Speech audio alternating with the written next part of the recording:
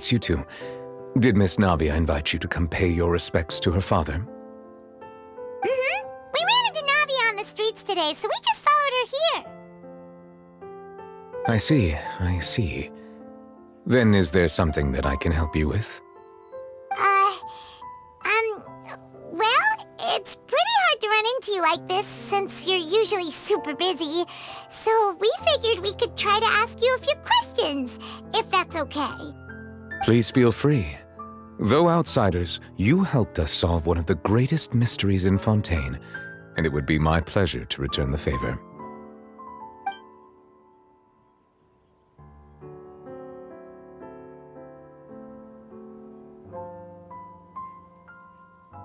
My apologies. My investigation has still not reached its conclusion. However, I still believe the judgment of the Oratrice was not rendered arbitrarily.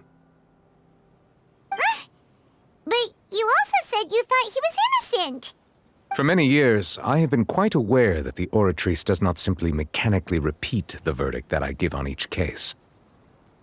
As a divinely created mechanism, the people's unified faith in the concept of justice is integrated into it. Not only can it produce the incredible power of indemnitium, but it likely also possesses other traits, such as self-awareness. Which is all to say, I have been prepared for a situation like this for a long time. So when Lenny told us that he heard a human voice from the room where the Oratrice's core is stored... I was not aware such a thing had occurred. Perhaps that could serve to prove my conjecture. I will add that to the list of items to investigate. In any case, I am inclined to believe that the Oratrice does have a methodology all its own. We just do not have enough information. Based on Farina's reaction, I doubt even she had any idea what was going on. She managed to bluff her way through it, though, with her time-tested twin tricks of bravado and drama. While we do intend to get to the bottom of this, for now, we regret to say that the Fatui Harbinger will just have to bide his time in the fortress of Meripede. If we did incorrectly convict him of crimes he did not commit, we will most certainly compensate him to the fullest extent allowed by the law. If you ask Paimon, the only compensation he'll want is a no-holds-barred fight with you. Is there anything else you'd like to ask me about?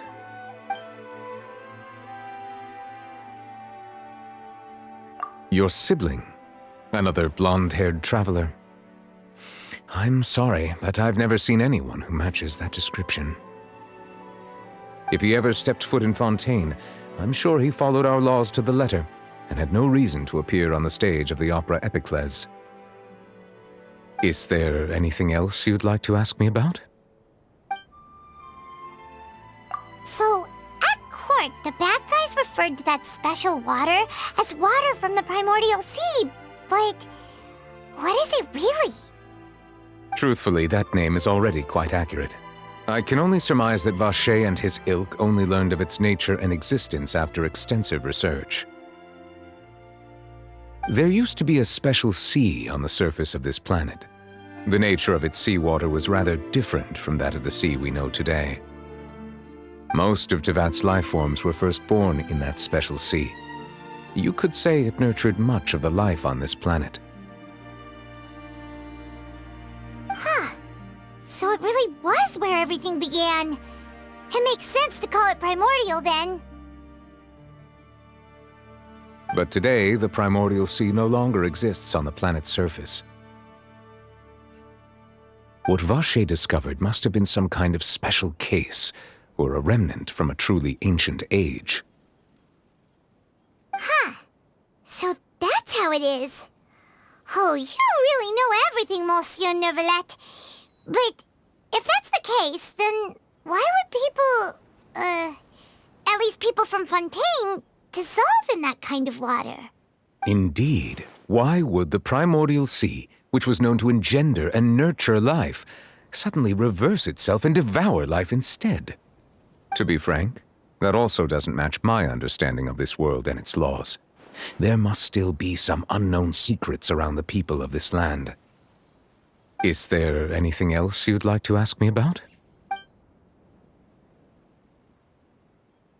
That the sea levels will rise and everyone will be dissolved in water, leaving Farina crying alone on her throne, but the sins of the people will be finally washed away for good.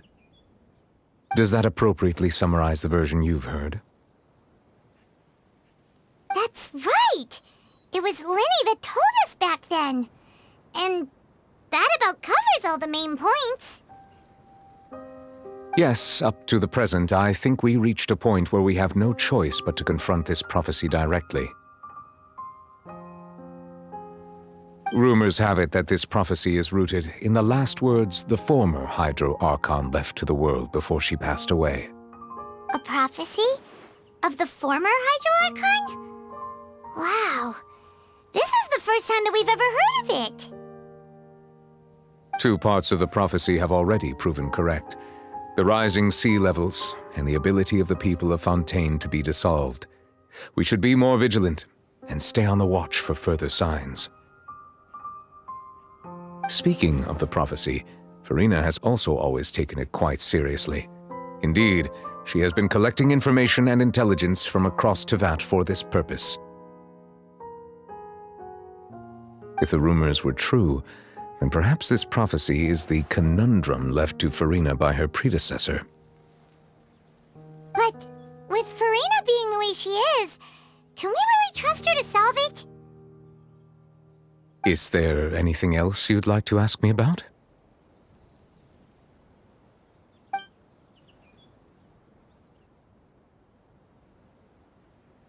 Very well.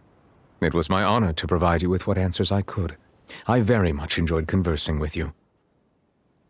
It will soon be time for me to leave this blissful tranquility behind and return to Palais Memoria. You really are super busy, Monsieur Neuvillette.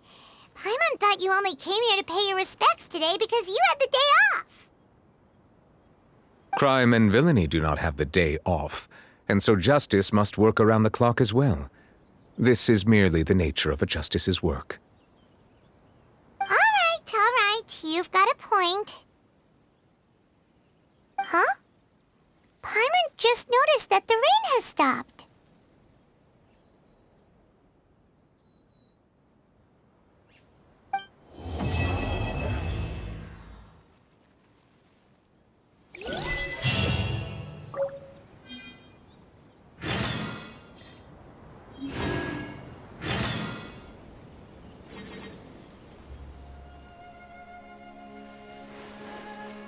Huh?